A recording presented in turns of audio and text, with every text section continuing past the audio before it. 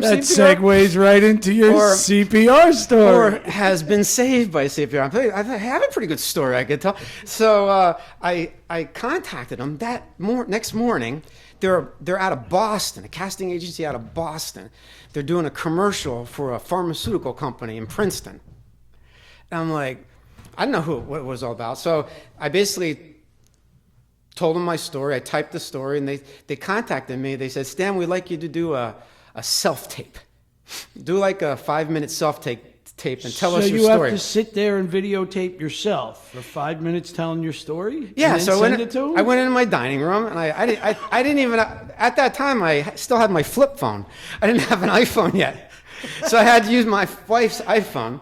So I used her iPhone, and I had none of this fancy contraption. I basically put my phone on some books and a pillow. So I was like, here, and I put my chandelier on in my dining room, and I just stood against the wall. They said do it against like a backdrop kind of thing? Like a paint, like flat wall, paint. Yeah. So I just sat there, and I went, I did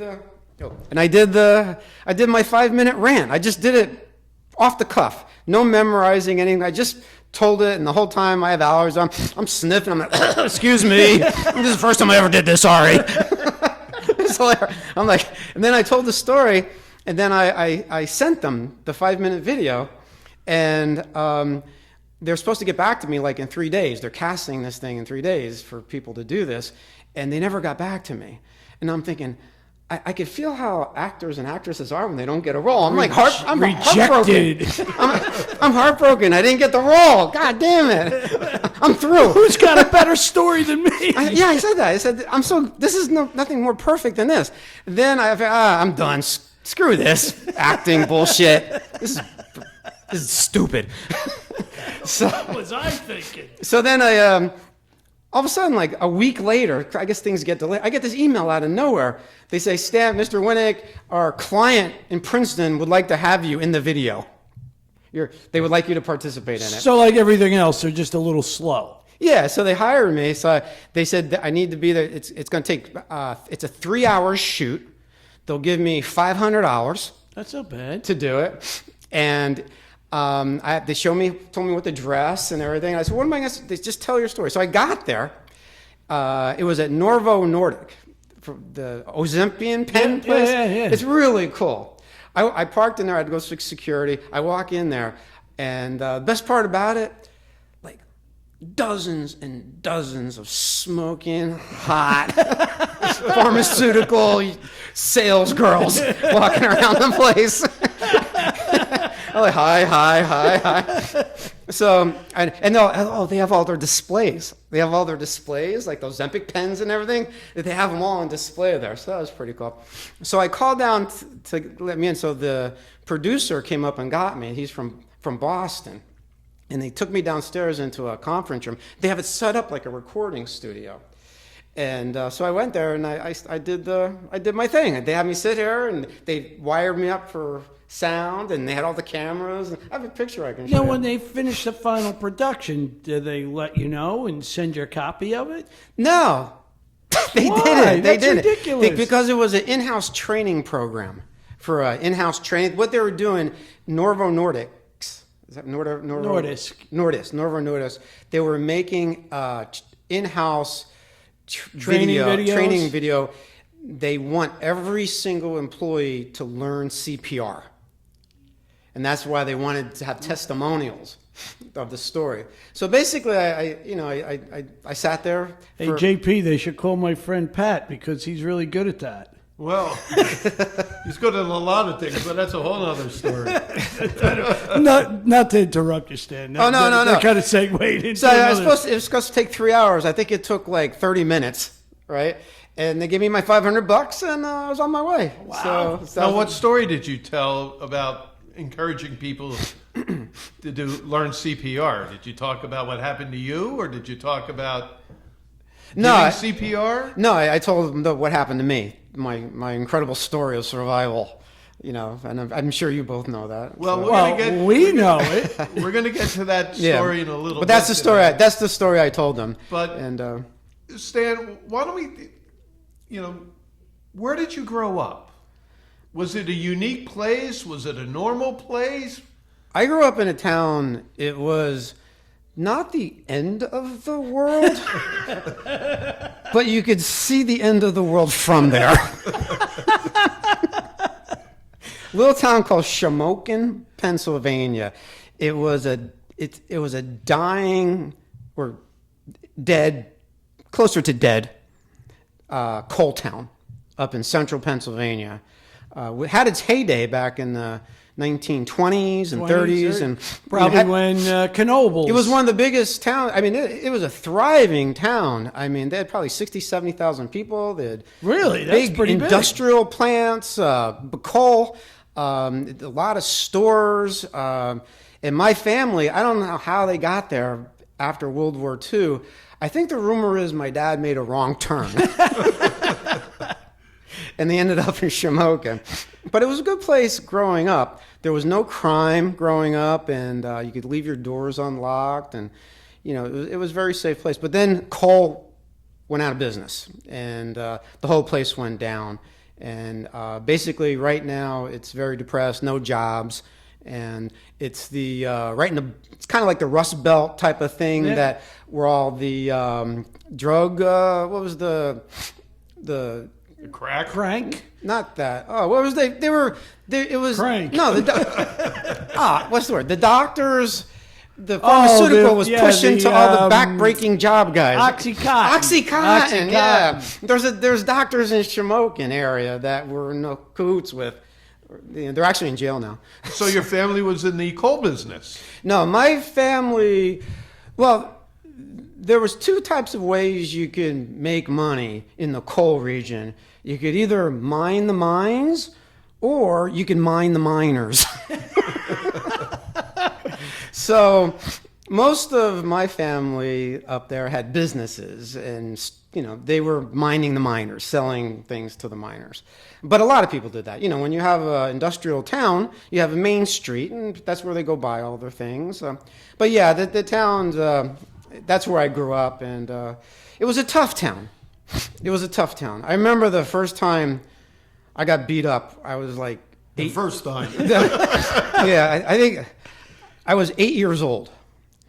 But she was a lot bigger than me. She was huge. She got me in a headlock and wouldn't let me go, and I went crying home to my mom. Those coal miner kids are tough.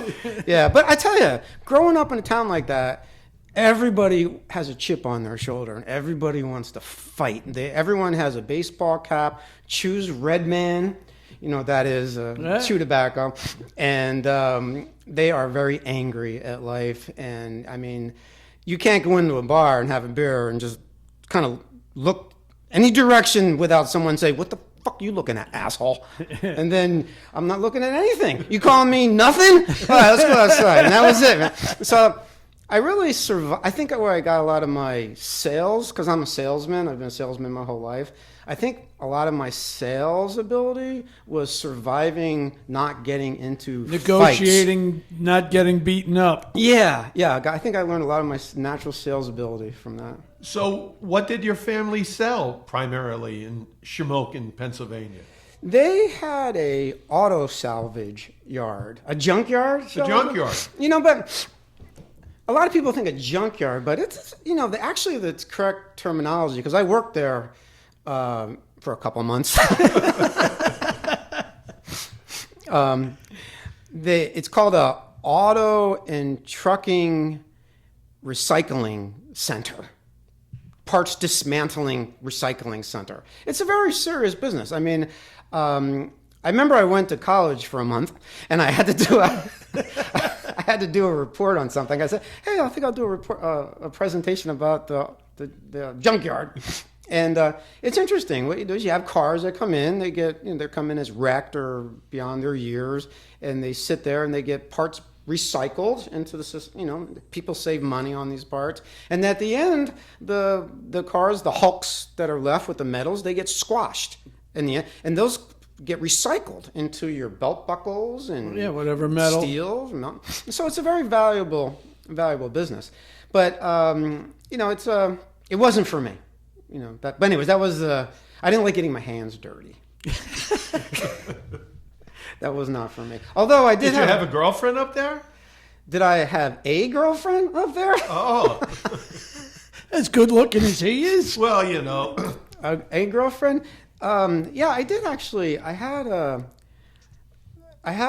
girlfriend. I met her when I turned 16, right? And I actually went out with her for about 3 or 4 or 5 years. And I mean, I tried to break up with her like every 3 months, but she just wouldn't have Wouldn't it. take no for an answer. I mean, she'd try to jump out of the car, stuff like that. And I just can't deal with that kind of stuff. And it's funny because I tried to break up with her for like 3 or 4 years every 3 months. And then all of a sudden I was out of town one day doing some business and I got a letter from her, a Dear Stan letter. So I'm like, and I was upset. It was upsetting. Now, where you grew up, was that also referred to as Pennsylvania? Pennsylvania, it's the Appalachia. You got in the recent elections they noted it. You got 2 populated areas. You got the Pittsburgh area, and then you got Philadelphia area, Pretty much and then you got nothing in basically Kentucky in the middle. You got people married to their Right. cousin in between. So, but I'll tell you what, they're good people where I grew up. The coal region people, they're religious, Yeah. incredibly religious people. They're hardworking individuals. In fact, my hometown had 2 things all over the place: bars and banks. That was it, bars and banks, because the people And a junkyard. and a junkyard. But what happened was the people that lived there, I came around later. My brother's a little older than me, but in the 70s and 80s, when I was a young man, the coal was out, but they had all the coal miners that still lived there. And that area was called, they had a very special coal in my hometown area. That Wilkes-Barre, Scranton, Shamokin, there was just a certain couple counties, they had a special type of coal called anthracite coal. I don't know if you ever heard of that. That's the hard call. Yeah, The other burns type is the soft call. bituminous. Bituminous. Yes. So anthracite was a very valuable coal, and that's what the whole region, and all the guys that retired, they found out that they were breathing in this All that dust dust. for all these years, and they Black got lung. they got black lung. So these guys, they would get what was called black lung checks from the government just in those counties. And they sat back and collected this Collected money their for years. money. And guess what they did on the weekends? They went to church, and guess what they did on every other day? They went to the bars. Drank beers. Yeah, bars, banks, and churches. That's what it was. But anyways, that's that area. But they're good people. Oh, and John, you're a hunter, right? Sure. I mean, even though the town I grew up in was a urban, pretty crummy little town, by the time I went to it, you go outside town, maybe 10 minutes from where I lived, you're in the most beautiful farmlands with the rolling hills, trout streams, pheasant hunting, deer hunting. You know how first day of buck is when you're a little kid? Oh, it's a national holiday. Yeah, yeah. Schools are closed. Yeah. For 2 days. Yeah. Yes. So it's a great place to live. Unfortunately, there's not a lot of industry there these days. So how did you get out of there? How did I get out of there? The wind blew me. That's pretty much how I got out of there. No, it's an interesting story. My dad's business, I didn't like getting my hands dirty. I didn't do well. I didn't go to college. I went right into my dad's business because it was a pretty decent business. So it gave me kind of a false sense of security that I could walk right into something. And what they say about least route of resistance, right? Sometimes Sure. it's not the best route. So I went to my dad's business. I found out I didn't like it, but I did like the sales part of it. So I got this idea because it was a small town. I said, I'm going to go to different market areas, Dad. And what I'm going to do is I'm going to go on the road and just go into places and hand your card out to people that don't even know you. Let's get an 800 number, and so people can call toll free. So we did that, and I branded it called Dial Apart.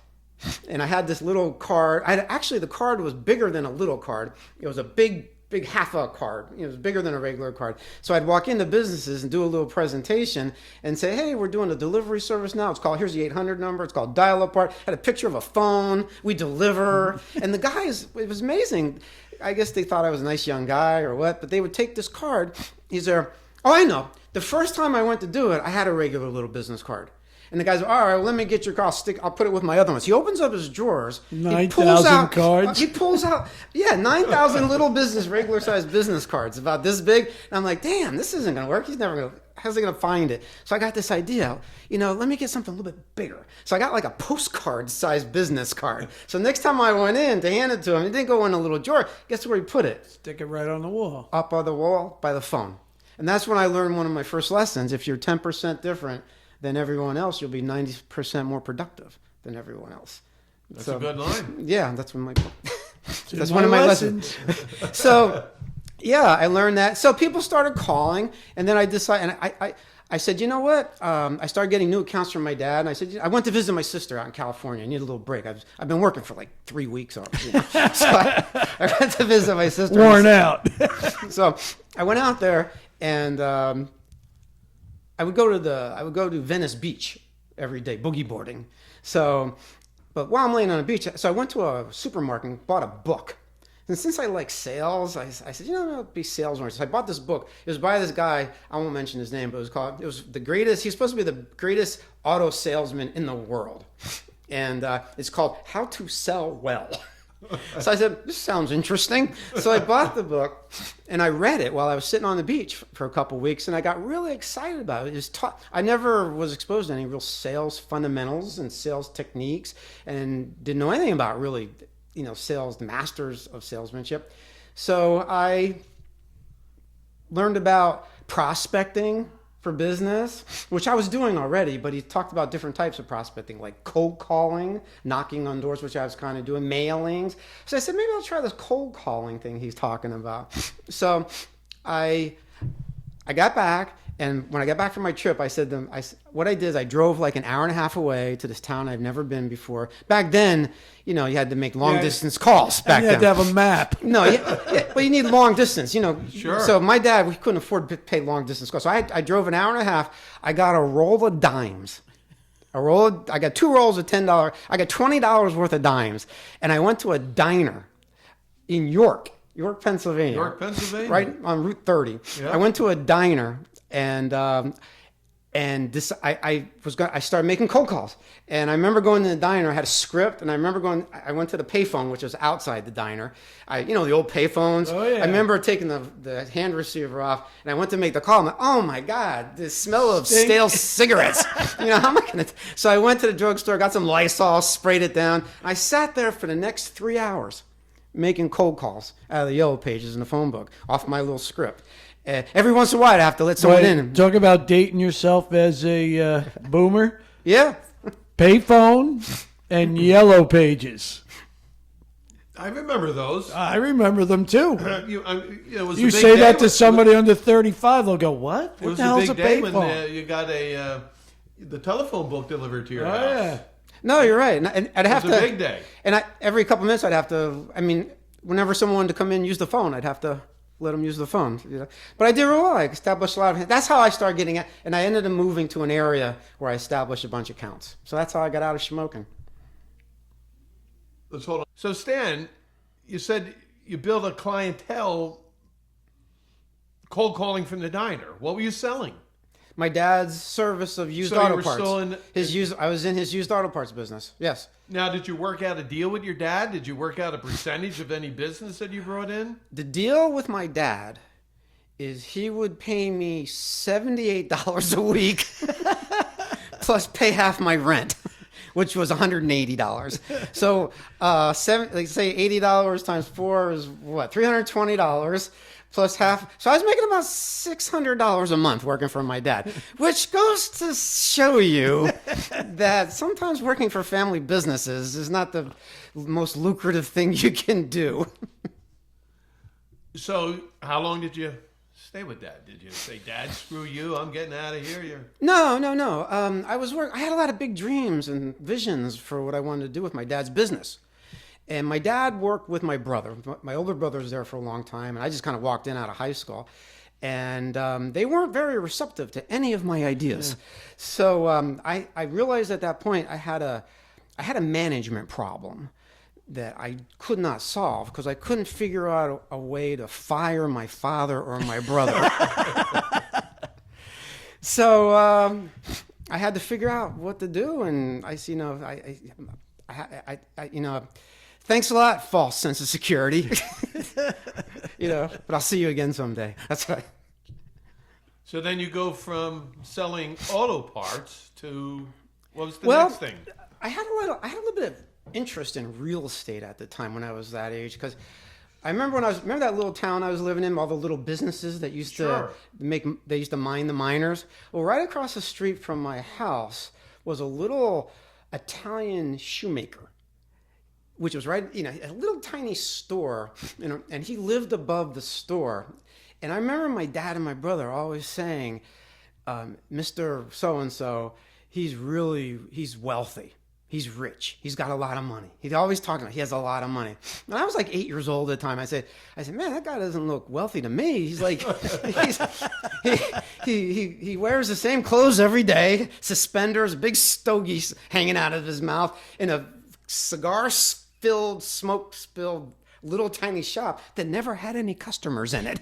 I'm like, he drives this old It's car. a front. And he lives upstairs. And they said, no, Mr. So-and-so, he owns a lot of real estate. He owns a lot of real estate in town. And he rents places, apartments and houses, and people come in and pay him rent. That's how he makes his money. So I knew real estate was good to get into. And my brother built a house. A couple years. I listened to him buying lots. So I said to myself, you know what?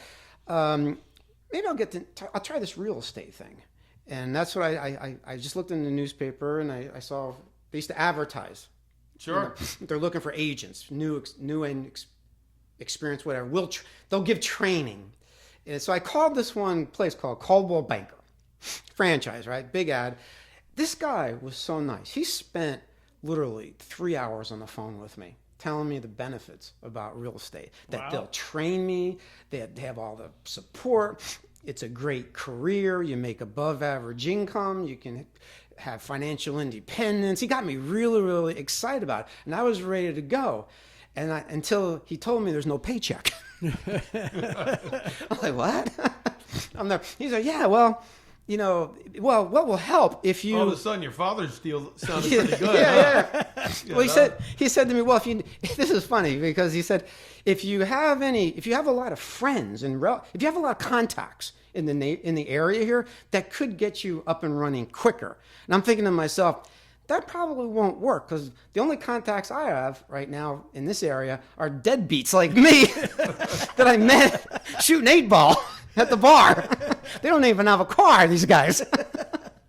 So that wasn't going to work. It would take 6 months before I'd have one dime coming in. So I decided to hang in there with my dad and just suck it up in a business that I hated and know that it's not for me. But I would get involved in real estate. Like I got signed up for the classes, and I went every couple nights a week for 3 months to get my licensing, my license, and that's how I got into real estate. And it was an interesting story. The people in the class. Now, I think somebody told me a story once that when you were in real estate, you were still cold calling. You decided to cold call Donald Trump. Is there any truth to that? Yes, there is, John. I mean, like I said, my expression, 10%, if you're 10% different than everyone else, you'll be 90% more productive than everyone else. And how I get to that point is, any of you guys ever bet on the races? Like horse races? Of course. You bet on horse races. Yeah, once or twice. Yeah. Well, the difference between the first place and second place horse might only be a little tiny, nose. not even. It might be an inch or a photo finish. But doesn't the first place horse win twice as much sometimes as a second place horse? Yeah, they usually get 60% of the purse, and the second They wanna- place will get 20%. So they're a heck of a lot. 30 They make a sometimes, heck of a lot 20% more more. money than the second place horse, Yeah. but they only win by a little bit. The question is, are they 60% faster than the second horse? No. They're just a little bit different than the. So that's the moral of that story. How I came up with that line. But yeah, I was actually selling, not in real. Well, I was kind of in real. I was selling. I was selling franchises at the time for Century 21 International. I was in New York City, and I was kind of bored. I was sitting around, nothing to do. I think I'll call Donald Trump. And I just picked up the phone, and I just maybe that's an opportunity for me. So I picked up the phone and I dialed Trump Organization, and I get a Trump Organization. Can I help you? Yeah, can I talk to Donald Trump, please? Hold on. I get someone else, a next level up. Can I help you? Yeah, Donald Trump, please. Hold on. I made it all the way up to his personal secretary. And I think I could hear him in the background. Who is that? I said, tell him it's Stan Winnick. And that was it. But I did kind of talk to him. He was in the back. It. So you never really got to him. Never got to him. So who's the most famous person that you cold called? Does anything come to mind? Any instances that were like life changing, or did you look back on it? I would say the very first person I cold called was life changing, and here's why. It was from that smelly phone booth, right? At the diner, and I was ready to make my phone calls, and it was interesting. Even though I had a little script prepared, and I never made a cold call before. And when I was ready to make the call, ready to dial the phone number, all of a sudden I got this overwhelming sense of fear that came over on me. And it almost felt like the very first time you call a girl up for a date. Yeah. Like, what if she says no? Rejection is so painful, So I went to call the number, and I could feel my heart beating, fluttering. I was scared. And then the person answered. And then we talked. He didn't buy anything from me, but he was cordial. And he hung, and I left it where I'd be able to call him back another time. So there's someone I can have an open line of communication for future business. The reason I say that was the most important call I ever made in my life is because I overcame my fear of making a call. And when I made that call, I had success. Just overcoming the fear of making the call was the success. And that success bred more success. It gave me confidence to make another call and another call and another call. And success breeds success. And I've been making calls for the last 40 years since that call. You still make calls? I still make calls. I still make cold calls. Yeah, absolutely. I have a business I'm doing right now, a new venture that I'm doing. And guess how I get in the door with people? I have to make a cold call. No kidding. Yep. So anyways, that's my most important call I ever made in my life. That very first one. So when you came in today, you brought in this lessons learned from my twists and turns, a foundation for a lifetime of success. Congratulations, Stan. Oh, thank you. Thank you. Your first book. Thank you. How long did it take you to write it? Well, it could have taken me probably a month, but it took me like 2.5 years because I'm lazy and I'm a really bad student. I don't like to do stuff like this. I was in the part of the class that made the upper half possible. So when it comes to book stuff, like when I send it out to the editor, and they send it back to me for editing. Lots of lines. They're like, here, get it back to us in a week. I'm like, a week? I don't know about that. But anyways, that's how I got into it. So when did you decide to write a book? I decided to write that book. I had a health problem, as you're both aware of, a couple of years back. I used to buy and sell houses. I did that for 30 years. I bought and sold houses. I was one of the top individual real estate investors in the country that buys and sells houses. As an individual, that's not as a syndicate or partners, but as an individual, I was one of the top ones. And I remember I was about a month before my 60th birthday. I was out riding bikes over in that Lancaster County area with my son. Sure. We were riding a road bike. We were just like on a 30-mile bicycle ride in the country in the middle of nowhere, surrounded by corn. And all of a sudden, we're about halfway in. I think I told you this story. And this is a guy who works out all the time. So, yeah, I was in great shape. I mean, everything was great. At that point, man, I was in great. After 30 years of successful real estate investing, I was in great shape financially, physically. Relationship-wise, married 40 years. I just found out a grandchild was on the way. I mean, things were bright, man. Need new sunglasses. That's how bright things were. And I was out with my son riding bikes, and we're about halfway in. All of a sudden, I'm like, hey, Danny, we better, I'm not feeling too good. We better turn around and go back. So we turned around, and we're not very long after I said that, I said, I'm getting I got to get off this bike and just take a rest. So I got off the bike. I laid down on the ground, and then lights out. Next thing I know, I was waking up 6 days later with my wife looking, in my face saying, Stan, you had a heart attack out riding bikes with Danny. I'm like, what? So wait a minute. You're riding a bike with your son in the middle of nowhere. Yep. And Lights out. Lights out. It was one of the worst type of heart attacks you could have. I was 59 years old. Everything you can measure at a doctor's appointment was excellent. Cholesterol, weight, blood pressure. I ran. I did boot camp classes. I did mountain bike riding. I mean, I was in great shape. And what happened? It appears that I had what was called a Plaque fracture. It was called a widowmaker heart attack. That only 5% of people survive away from a hospital. Is that unbelievable? So what was told to me, I don't remember the day, because once I was out, I don't even remember that day. Someone, as soon as I went down and passed out, someone just happened to drive by. And it doesn't get a lot of road traffic, those places. They happened to drive by, and he pulled over.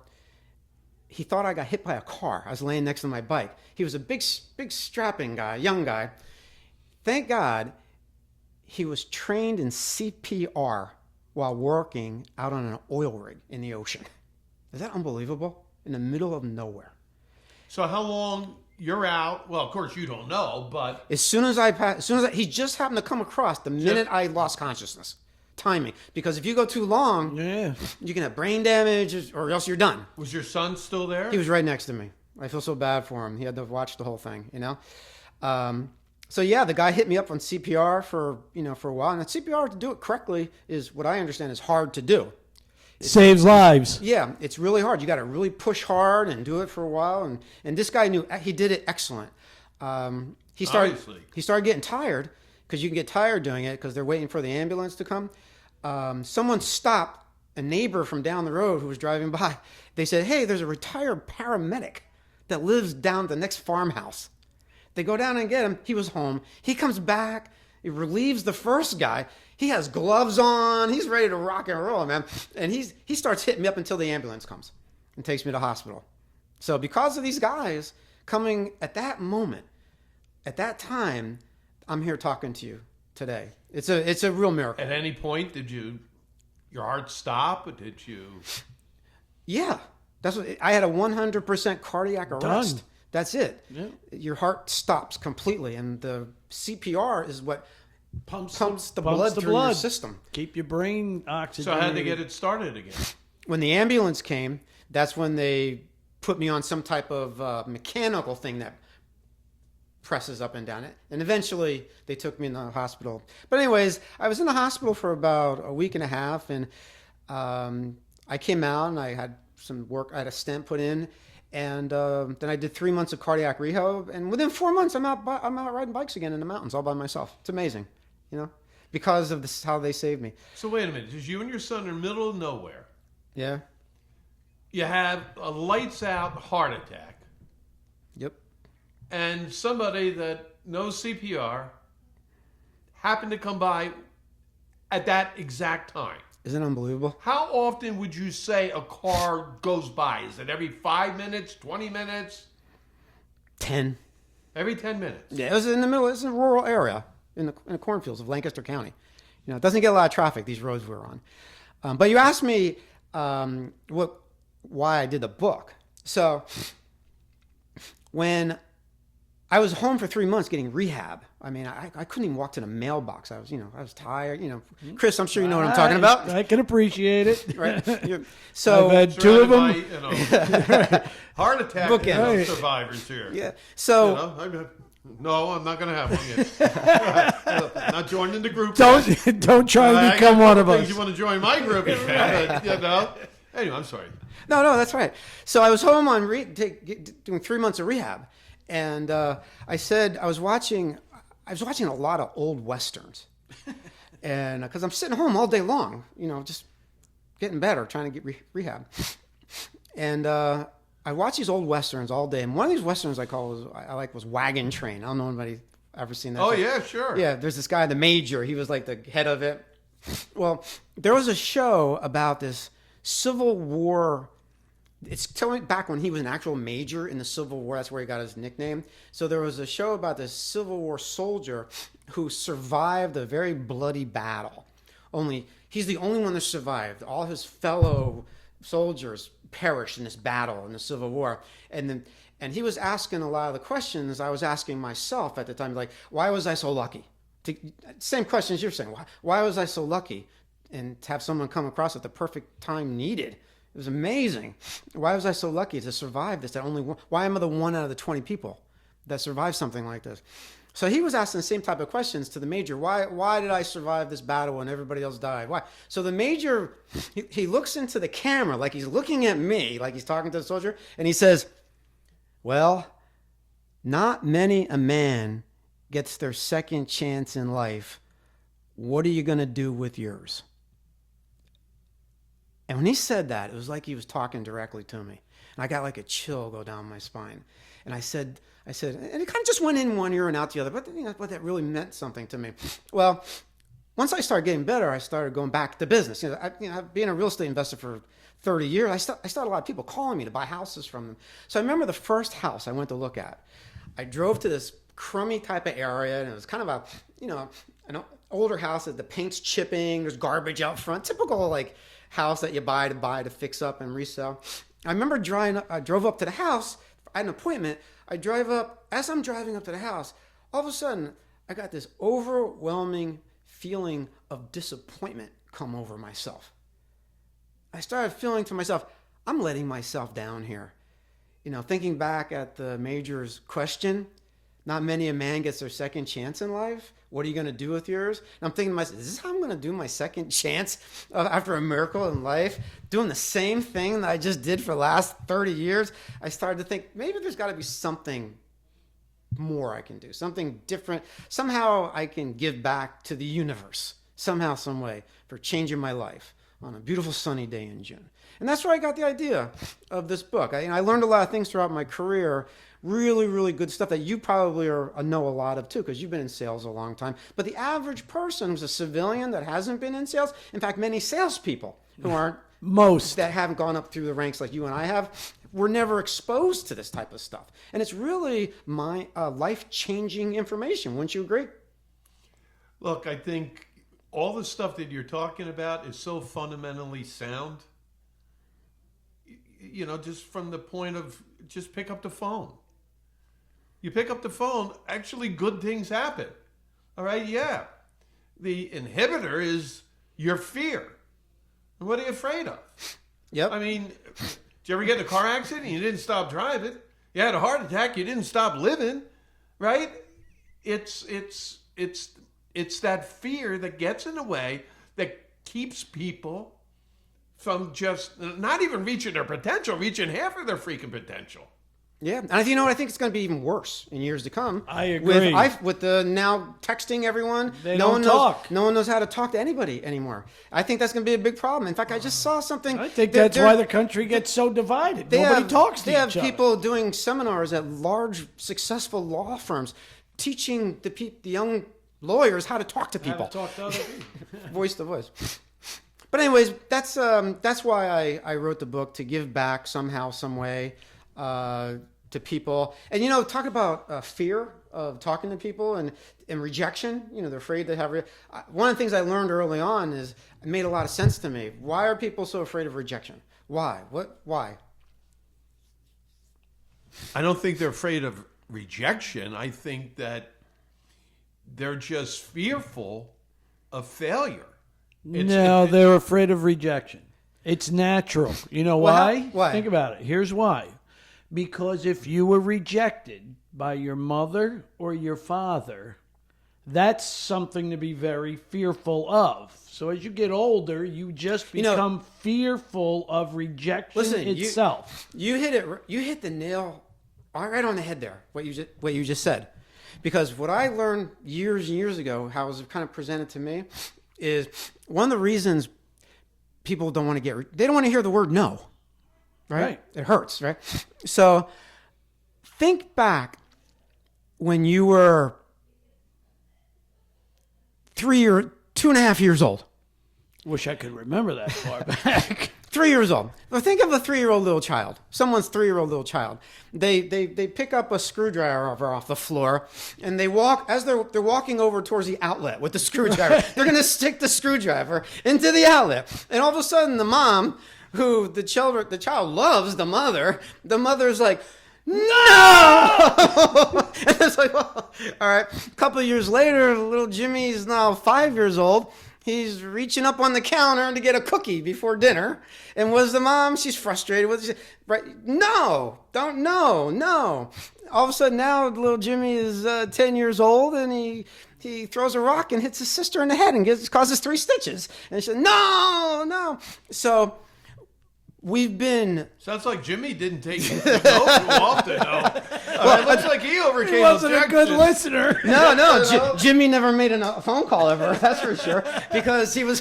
What happens is... He didn't want to hear no. Yeah, exactly. Because what happens is, from a very early age, we are presented with the word no as we are doing something wrong that we shouldn't be doing. And that sticks with certain people. So all of a sudden... little Jimmy, all of a sudden he's 35-year-old James has an opportunity to do a presentation in front of a group of people to advance his career. He's still thinking like little 10-year-old Jimmy, and afraid of being said no to, being rejected. So anyways, that's... Well, I understand that, but I can add a little bit to that. Okay. I don't think salespeople hear no. They don't get to the point, right? As a salesperson, there's 2 things you want to hear: a yes or a no. But most people hear, I don't know. And they can't overcome it. Look, what I think, right, and if you thought a few minutes, you would find that place that you have learned how to lose. I don't think it's overcoming no. I think it's being able to lose, to be able to get knocked down, get back up, shake it off, all right, next play kind of mentality. Absolutely. That's what I think it is. And I think part of the problem, all right, we're talking about a problem, and I don't think generations are that much different. The music might be a little different. Thank God. Their cars might be a little different, all right? But they're not allowed to lose. Like, if you came home and said, I got beat up, your parent would say, well, go back out there and Fight back. Or, I got jumped by 4 guys. Well, meet with them each individually, all right? You can't take all 4 on, but take them all one at a time. You know that my parents did that? I went out and fought that little 8-year-old girl again that was bigger than me. She beat me up again. So that was bad advice. Stan, I don't think you're going to ever be confused with one of those big offensive linemen that come out of the middle of the woods in Pennsylvania. So, but like a lot of them do. But that's my point anyway. So anyway, back to your book here. Right. I think that, in my opinion, you got to learn how to lose. And when you take a look at the best salespeople, in my opinion, first generation or close to it. In other words, their parents immigrated here, and they're the first generation. And so they had to live with a lot of rejection. Mm-hmm. All right? And so you had to stood that. The next group of people are athletes. And, you find somebody that's really good in sales. Either they've had a tough life and they grew up in. Or they learned how to lose through athletics or some type of competition where the outcome is losing. Or just Or getting never give up. kicked Get off knocked the team down. or not making and the then team. coming back and doing it again. Right. But anyway, back to your book here. You know, you bring up a really good point about losing. Like, I don't have to win. I just hate losing. I hear you. Well, look at, we just got the Super Bowl, and you know, Jalen Hurts, finally smiled, and then 3 days afterwards, him and A.J. Brown said, "Hey, it's time to get back on the journey again." Yeah, definitely. Because it's the journey of climbing up the mountain rather than, the excitement of reaching the peak. Because once you reach the peak of a mountain, guess what you find? Oh my God, there's another mountain with a higher peak over there. Back to the rejection. One thing I learned very early on, which really helped me handle rejection in sales all my life, was understanding the numbers game. Pareto's principle, whatever. And I knew this numbers game when I was younger, kind of.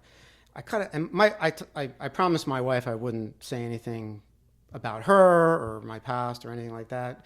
But I remember before I met my wife, I'd go to a party back in Shamokin, and let's say we used to have mountain parties up there in the coal stripping holes. What kind of beer did you drink up there? Jenny Cream Ale. Jenny Cream Ale. Genesee Cream Ale.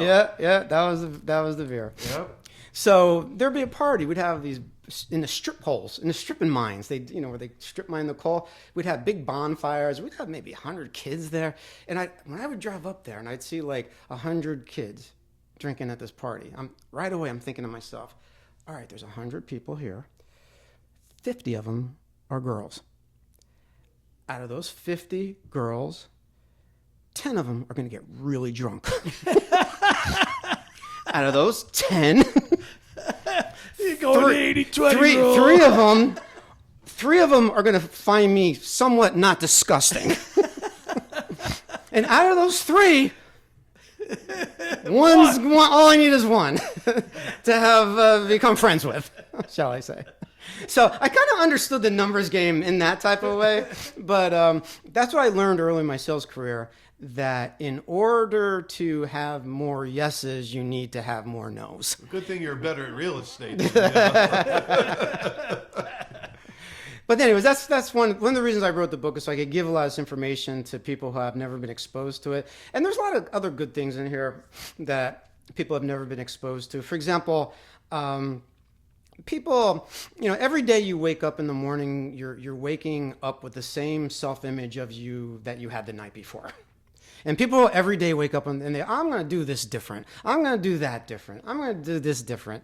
Like a New Year's resolution, or they're unhappy with something. They're going to make some type of conscious change. And the problem is they wake up with the same they have the same true self picture of themselves in the morning as they had the night before. And what they're trying to do is they're trying to, they're not that person. Down deep, that's not who they want to be, is not that person. So what they try to do is become the person that they want to be, and they try to outrun their self-picture of themselves, and eventually that self-picture drags them back from who they really are down deep.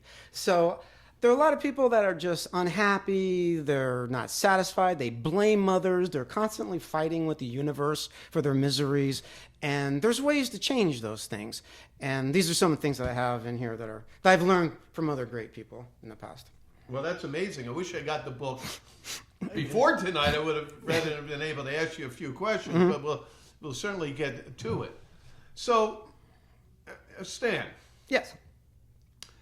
There was a story one time that you were flying outside of the country, and I don't even think they have this anymore, where, they still have birth certificates, but when in the old days, you used to have little picture of your feet imprint.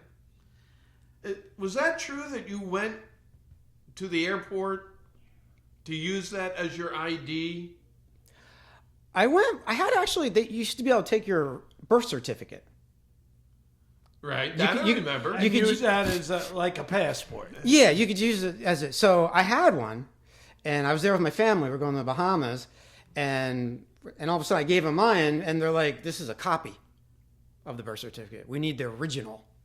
That was the problem, and they wouldn't accept it. They wouldn't accept it. And my passport was expired. That's why I didn't use the passport. So they wouldn't even give you a break having both of them. Yeah, my passport expired. So that's what happened. So I had to, and they said to me, there's a federal building in downtown Philadelphia that you could go to, and they'll do it if you walk in. Do a quick. And we had an early flight. They opened at they opened at 9:00 in the morning, and we had an early flight, so I had plenty of time to get there before they opened. So I just took a cab into Philly, and I sent my wife and the kids. They went. So they went down to the Bahamas by themselves, and I'd meet them down there. So that's what happened. And I got this cab to drive me into Philadelphia, and the federal building. It's a pretty serious place. I walked in there, and the doors are locked. They weren't open yet. I'm like banging on the door. I have an emergency. I need to get my passport right away. And I had to go. Anyways, I walk in there, and the lady's like, she opens up the door. She's very compassionate. One of the people working there. What can I do for you? Oh, you have an emergency. And she's looking around for like a manager. She's going to try to explain my situation to get me in a little early. And as she's looking around, this like 6'9" gigantic security guard with guns on his hips. He walks over. What seems to be the problem here? I'm like, oh, I need to get my passport renewed. My plane's leaving, blah, blah, blah. And he's there. We open at 9. He slams the door right in my face. And that was it. So that was my story. But I ended up, what's funny is I waited in line for 3 hours. So I'm never going to make my next plane. I'm like, right. I'm not going to make my next plane. So they say there's another plane at this time. So I'm waiting longer. It's taking me forever to get there. So finally, I have to rush to get back. I think I'm missing this plane. And I'm going to be stuck. There aren't any more planes. I get there. The plane I'm supposed to catch now has been delayed like an hour and a half. And all these people have been sitting there really angry. And I'm walking up there. Yay! Oh, you can't believe what just happened to me. Because your plane is delayed an hour and a half, I might be able to get on it. Isn't it a miracle? They're like, get the hell out of here, pal. Right. But anyways, that's that story. Now, wasn't there some with your luggage too during this whole fiasco? Yeah, I went when I got to the Bahamas to go through customs. I'm walking through. Everybody has luggage, and I'm walking through with no luggage. And they're like, "You're not coming with any luggage, pal?" Right away, they get me in a little room. They think something's going on here. Right. So, anyways, they let me through. I get on a van. And then we all, reunite at the hotel. It was a happy ending. So, I wasn't going to tell that story because I didn't think it was that interesting. But thanks for bringing it up. Well, you have a lot of interesting stories. So, what are some of your favorite stand stories, Chris? Oh, God. Well, I got one. Real quick. Remember when I came out of rehab? Just to remind you here. Don't be moving it there too much. When I came out of rehab, Chris came over and gave me all kinds of advice because he had a little heart problem himself. He's like, Stan, he's like a doctor. He knows everything about this stuff. He knows everything. He's like, I call him Rain Man. He knows everything about everything. It's amazing. And I remember we were sitting on my front porch, just rocking your Stan. He's going to be okay. Welcome to the club, he said to me. Yep. He's like, yeah, what you had happen was this. And he explained it better to me than the doctors did. Now I know what happened. So we're talking to him. All right, thanks a lot, Chris. So this is like 2 days later. I get a call. Do you remember me telling you? At your house, I told you, I said, Stan, I was playing golf the other day. I felt a little funny. Oh, yeah. So I'm going in. I made an appointment to see my cardiologist. As you know, you don't just call up your cardiologist and go like within a week or 2 weeks. You get appointments that are a couple months out usually. Well, that Monday morning, I saw you on Saturday. That Monday morning, I had my second heart attack. He calls me up. He's like, Stan, guess where I am? I'm like, where?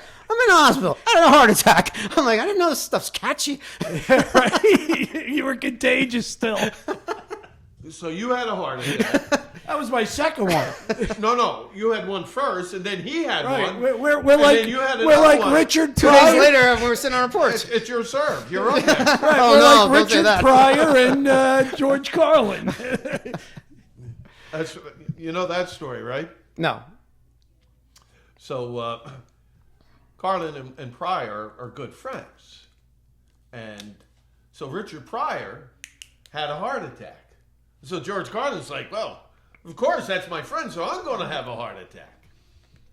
Then Richard Pryor lights himself on fire, freebasing. And George Carlin's like, fuck that, I'll have another heart attack. Yeah, he does that joke on stage, George Carlin. No, we had some funny moments over the years. We had some nice golf trips together, and fishing. We went fishing in the ocean. We're not going to mention any names. God, that was we went sharking. It was me, Stan, and Didn't you have a neighbor that got brothers. sick? That's another time we went. That was the tuna fishing trip. So, but the shark fishing trip, we go out. I don't know. There were like 6 of us. Your brother was there. A couple other guys. A couple other guys. And we're out. We're out for an 8-hour sharking trip. Is this during the day? It's during the day. During middle of July, it's 100 degrees out there, out. and we're not catching nothing. We're not. There's not a rip. Nothing. Not a bite. Not a sign of anything. We're out there 6 hours, and all we did the whole time was watch porn on the. Yeah, if it wasn't for the porn, I would have told them to turn back. We turned around and went back. Who was watching porn? All of us, because there was nothing else going on. It was a beautiful boat. Was this like a closed circuit video that they had? Well, this is long enough ago. I think it was probably DVD or something. a VHS tape or something. That's how long ago it was. Well, anyway, make a long story short, we're out like 6 hours. We're just about to say this is enough, and bang, we get a hit. For 45 minutes, Well, we all took turns fighting this. the guy that was ready to, this guy who was up to catch the next fish, he put the belt on with the rod holder. You know, he has it on for good luck. Well, he has this on for 2.5 hours. We're not catching anything. So he goes to me, Stan, why don't you wear the rod holder? Maybe it'll bring us luck. I'm like, you keep wearing it. We're not catching nothing out here, man. This blows. As soon as I say that, go watch some video. yeah, I'm going back in. Speaking of blowing, So as soon as I say that, and I give it back to him, and he puts it on, the rod goes off, and he starts fighting the shark. And I'm thinking, damn it! Now I have to sit here and watch this guy catch a shark. So he's fighting it, and within not long, 10 minutes, he's spent.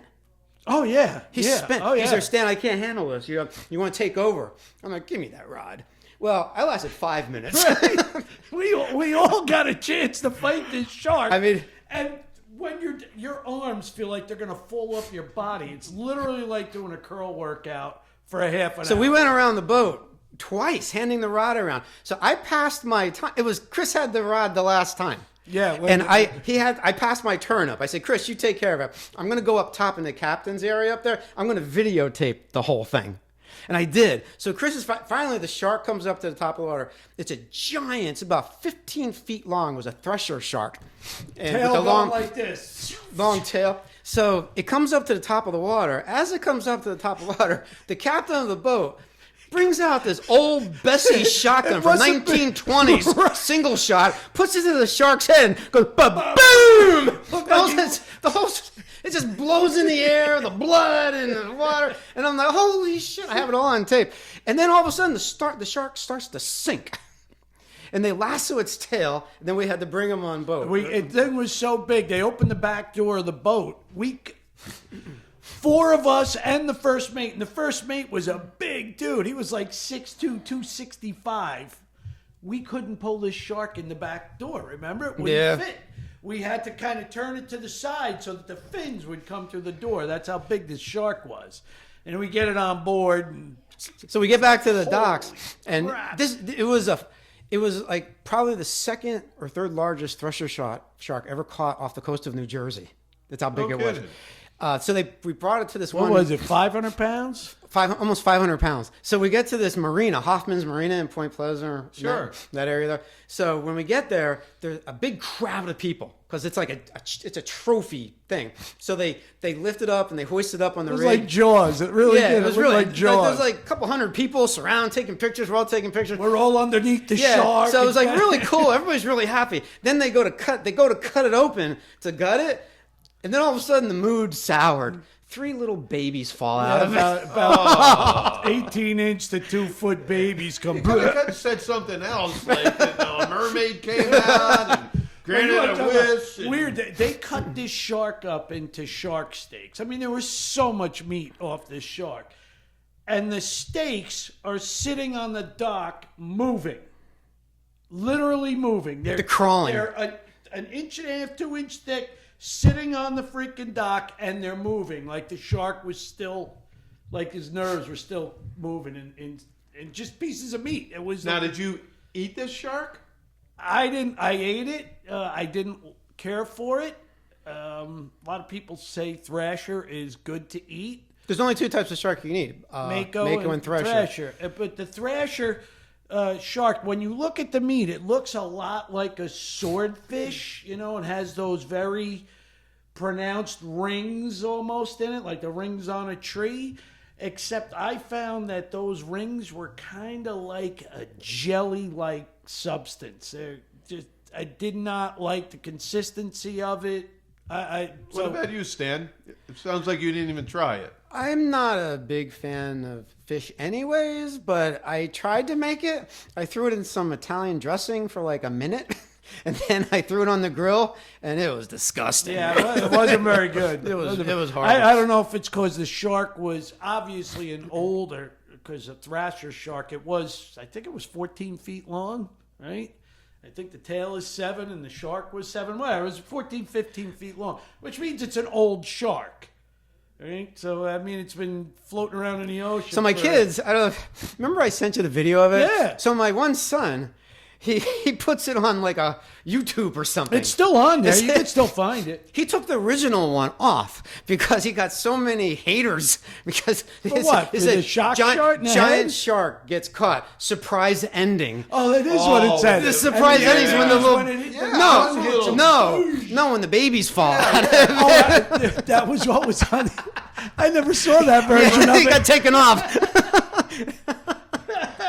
Your YouTube banned. I was a little taken back just hearing that part. I wasn't expecting, Yeah, it was that pretty part wild. of it. And the first mate comes over and as the babies like flop out onto the dock, and he just remember he kicked them like got out of there. like nobody's watching. Let me kick them off into the water. But So Chris, I guess it was a female. How do you know that? I don't know. Is it like a seahorse that the males carry also? don't know. I don't know. Sharks are not mammals, right? No, but they are males and females. Well, Chris was saying something. I know that. You were saying about the other time we went. This is a funny story. We had someone that went fishing. I'm not going to mention names, but we went fishing. It's a 24-hour overnight. Well, his name is Vivian. It's 24-hour trip, 110 miles out in the ocean. And you leave at 6 o'clock and you get there like 3:30 in the morning, and then you fish all night and you come back the next night. Well, he's afraid of getting seasick, so he got a patch. And he put the patch on before we boarded the But he boat. put it on backwards. He put it on backwards. So we're 45 minutes into the trip. He gets seasick. And this is a 24-hour trip, 100 miles out. They're not coming back. He looked like the Unabomber. Remember, he had his green. He was as man, this green poor as fella. his raincoat. I felt bad for him. Well, how do you put it 22 on hours backwards? of It puking. sticks, right? It's only adhesive It on one was stuck. side. Somehow he got on backwards. And I looked at him. I go, "That's on backwards." And he turned it around. Which now you're getting on the boat. You're not supposed to put it on right when you get on the boat. You're supposed to have it on like a half hour to an hour before. So that might have even made him sicker. But we were. Did you ever could get still seasick? See land. No, Did you- I've never been seasick. You ever get seasick, Stan? No, my secret would before on my way out, I drink like 3-4 Coronas, and bag of pretzels. Like that. One time I did get a little nauseous down the Gulf of Mexico. I was a kid, and it was the Gulf of America. Oh, I'm sorry. And it was pretty. Water was of whatever you wanted to be. It was pretty bad. But how about you, John? I got seasick just one time. I've been out on boats quite often, but one time I got seasick, and it's a terrible feeling because it doesn't go away until you put your foot on land. So anyway. Yeah, you got to keep your eyes on the horizon. That's how you get rid of it. Yeah. Now, Stan, you kind of hinted that you're no longer in the real estate. You're not flipping properties anymore. And you kind of mentioned that you started a new venue. So going back to changing the life and yeah, not just the book. What else? What I did was the reason I wrote the book is what I want to do is I like to present to people. I have no interest in really selling the book to people, but what I want to do is I want to present some of the concepts of this book. For example, I remember going to a municipal inspection office. You know how the people are that work at that place. They're not happy. No. And especially with me, for some reason, they were never happy. You have that effect on some people. I mean, they never like me down there because, when you know what it is, you know how it is. When they see someone being successful at something, they try to. Yeah, and they're going to come in there 9 to 5 miserable paper. Well, they're just going to, first of all, they think you're doing well, everyone hates you. They do whatever they can to try to stick it to you. Some people. But anyways, there was this young woman I was kind of friendly with her. And I said, "Hey, how you doing?" She said, "Oh, I'm having a horrible day. I don't know how you do it, Stan. This is just awful here." I'm like, "Well, if you ever give me like 10, 15 minutes of your life, I can show you how to make all of your dreams and hopes come true." She was there. Sold. Really? And I just said it off the cuff because the things that I learned back then over the years that I put in this book, I really feel that it can really help a lot of people. Remember, it's a numbers game. I just did a program about a week and a half ago, and there was like 12 people in there, and it was a real estate office of investors, and all they wanted to hear about was buying and selling real estate, how I did that. But the other stuff I had, but anyways, I was going over a lot of the information with them. I said, "Now listen, out of the 12 of you people in the room here, 2 of you are gonna, when I'm done, this is gonna change your life. It's gonna change your children's lives because you're gonna resonate with this type of stuff and you're gonna find it so interesting. You're gonna read it really from front to back after I do the program, and then you're gonna go home and teach it to your kids. It's that good." And there's 2 or 3 of you in this room, after it's done, are gonna say, "Why the hell did I come to this? This is the most stupidest thing I've ever heard. This is a joke. I don't want to be here." And the problem is I don't know which is who. I can't tell by the looks on your faces because the people that you think are really getting you, are really connecting, they're like thinking, what's for lunch? What the hell is this? And the people that you think aren't listening to you, like I used to be, when I used to go to classes, I'd like stone face. Maybe I was stoned with a face. But, you never thought I was absorbing stuff. So, the stuff that's in here, it's really good stuff, and certain people that would like to listen to it, it's really good information they've never been presented to before. They don't understand. It's really simple stuff too. It's so incredibly simple that can really help change someone's self-image of themselves. Will, in essence, then have the actions catch up to that of who they want to be. And it's not hard to do. I always think people always expect everything around them to change. If the government changed, if this family member changed, if my spouse changed. But what I do know is nothing changes unless you change first. Right. Absolutely, positively. So that's what I'm doing now. I wrote the book, and I'm just rolling it out now. I mean, I'm rolling it out now, and I'm just presenting to. I'm cold calling. Back to cold calling? I'm cold calling like offices and, "Hey, here's who I am and what I do, and would you be interested?" And maybe I'll go and meet with you. I'll show you a copy of the book. I'll give you a free copy of the book because I don't make any money on the book. Nothing. 0. But the program I charge. one thing I want to mention, all right, and all you need to do is get into one sales organization. Find out where they have their conferences. They're always looking for vendors to take up space. And when you go, no matter what industry you go to, you see the same vendors every year. But that new vendor that has something to say, that has something unique. Speaking of unique, what I really want to ask you, like, for people that might be listening that say, yeah, I gotta get going. I gotta get motivated. What do you do first thing in the morning? How do you attack the day or get into the mindset of attacking the day right from the beginning? Because I think that when most people, within a half hour after the day starts, they're cooked. They're not going to do it. They haven't built any momentum. What do you think? Well, the first thing you have to do first... Make your bed. Yeah, that's a good book. That's true. I think the first thing you have to do, if you really want to change and have long-lasting, meaningful change, not like change, you're going to try it for a couple days, and if it doesn't work out, it's like you stuck your toe in the water and said, "Ooh, too cold, I'm getting out of here." To have long-lasting, meaningful change, you must change your self-picture of yourself first, because your physical symptoms and actions act in accordance to who you truly believe yourself to be. And until you change that picture of yourself, nothing's going to work. Nothing's going to work. And but how do you change the picture? I mean, that's my, like, do you wake up and do you, I mean, is it a goal that you write on your mirror that you focus on? I mean, to wrap up, give me that one tidbit of, like, how do I affect change? All right. In my life? So, remember I said a lot of the things that we have about ourselves were formed. Remember little Jimmy, 5 years old?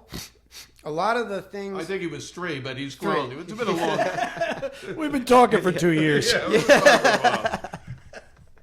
So, a lot of the things that we have, a lot of our self-image, our self-picture of ourselves and who we are down deep, which controls all our actions, is how we were treated when we were little kids.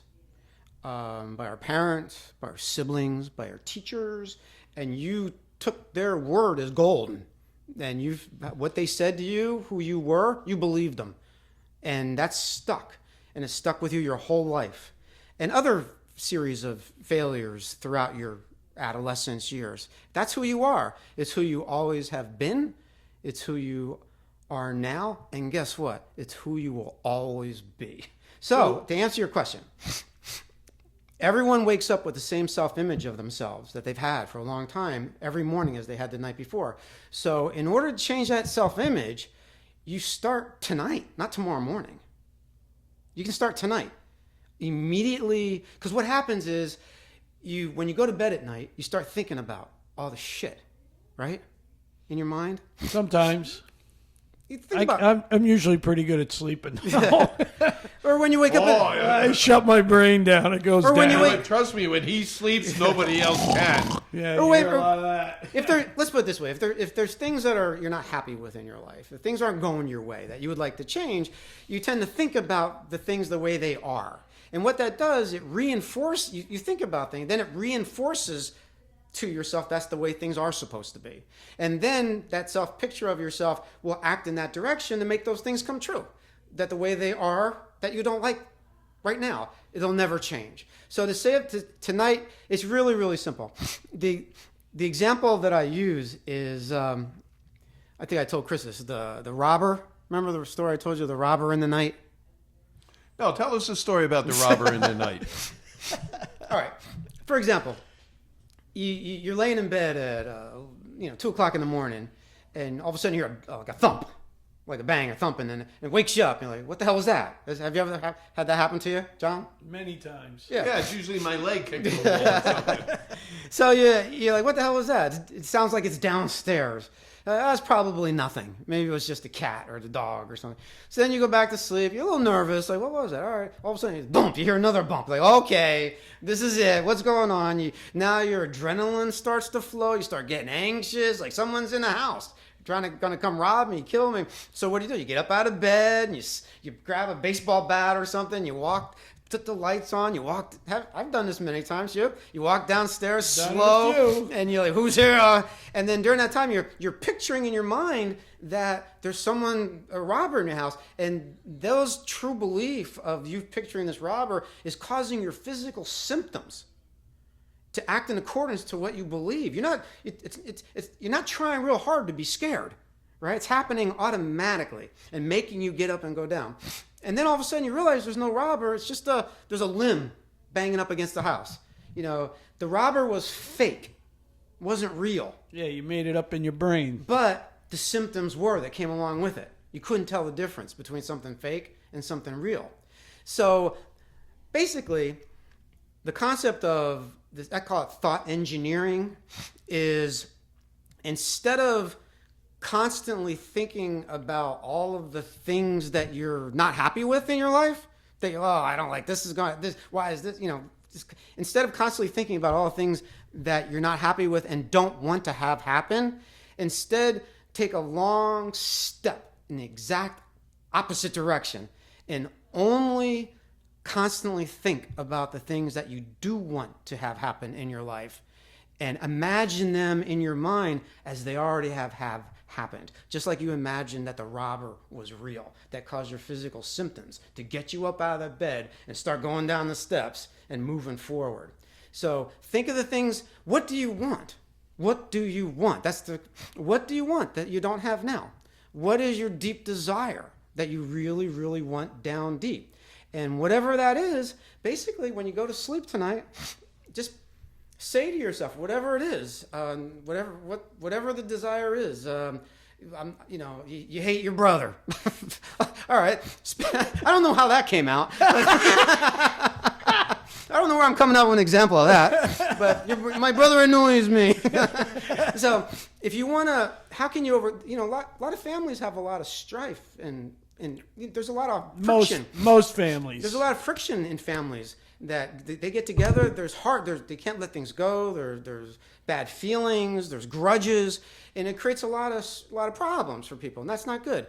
So one of the things, if you had a brother that you have a problem with, what's your greatest desire? I wish I could get along better with my brother. I wish. Well, wishes don't fill the fisherman's dishes.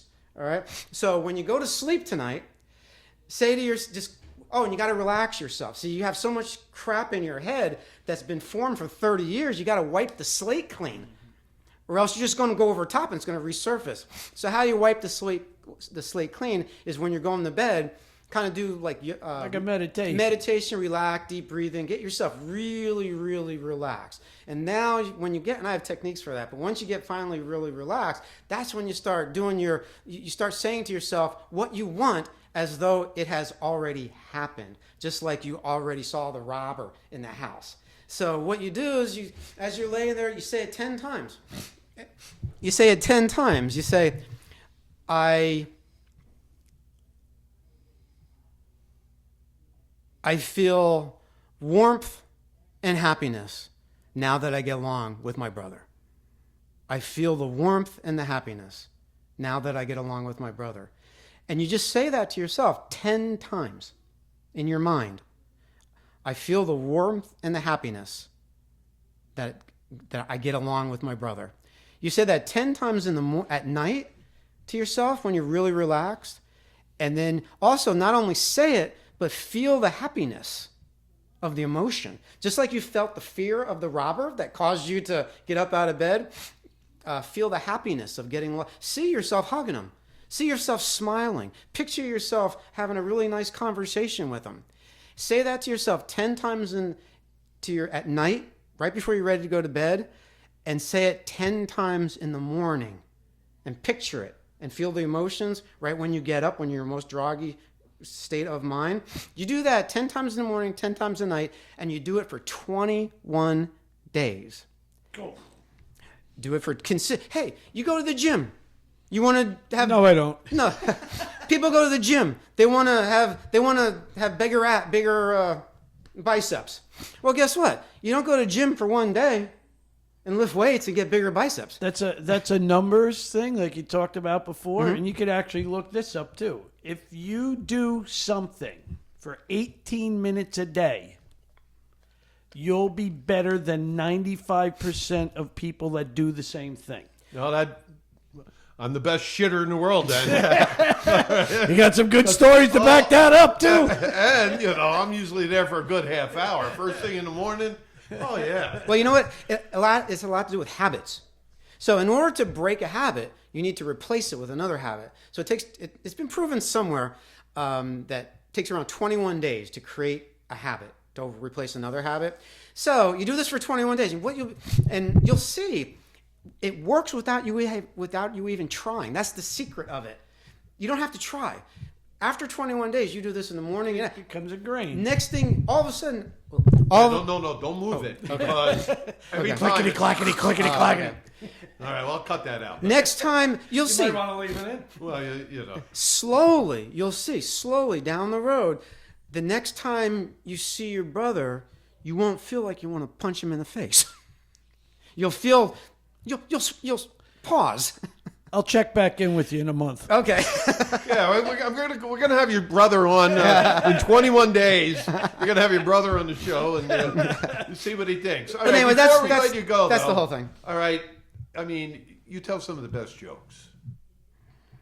Okay. All right, I know you weren't expecting it, but we're expecting a Stan original. Okay.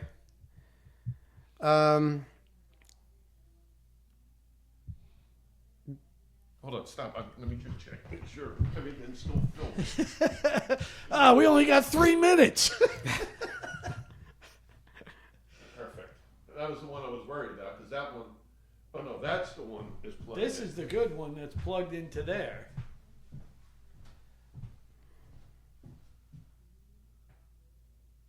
We're going. Nice.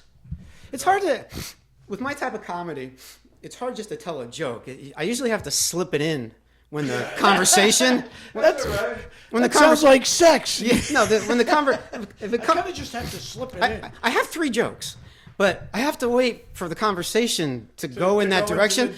So the one joke I've been waiting 27 years to tell, and the conversation hasn't gone that way so far. But my go-tos is I know you have a dog. That Chris, you have a dog. Yes, I do. Little mongrel that we used to have a cat that recently passed away. Yes. Yeah, we miss him. We miss him dearly, and he used to come and cuddle with me, and he was a very affectionate cat. And a lot of people never did this because they say cats don't really need it or want it. But I used to give my cat a bath. And you ever know anybody that gave a cat a bath? Yeah. Well, my cat. They say the cats don't like it, but my cat loved it. Getting bathed? Yeah, really? but the problem is I would get hair all over my tongue.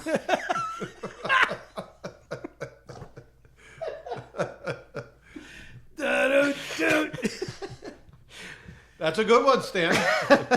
But hey, thanks for coming on.